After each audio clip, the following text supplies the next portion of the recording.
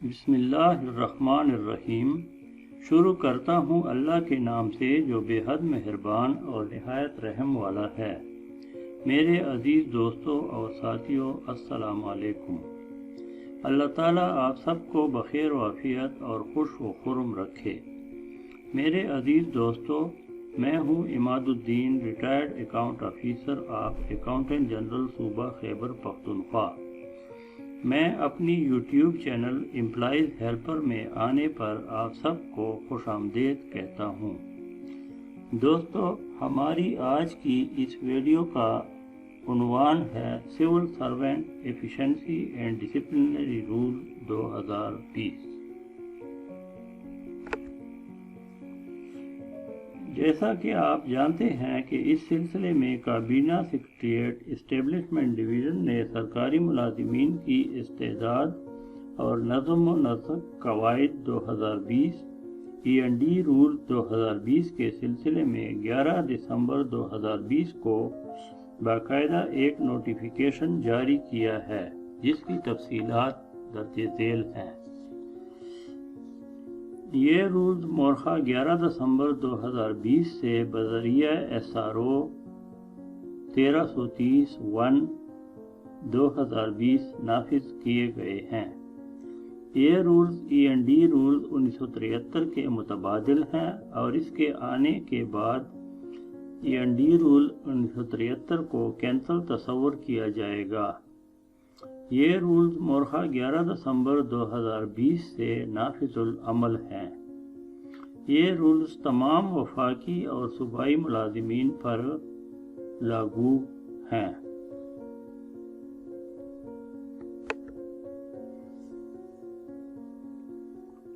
ان rules کے بنیادی مقاصد میں سرکاری ملازمین کی کارکردگی کو بہتر بنانا، محکمانہ کارروائی کو جلد از جلد شفاف طریقے سے ایک مقررہ مدت میں مکمل کرنا شامل ہے۔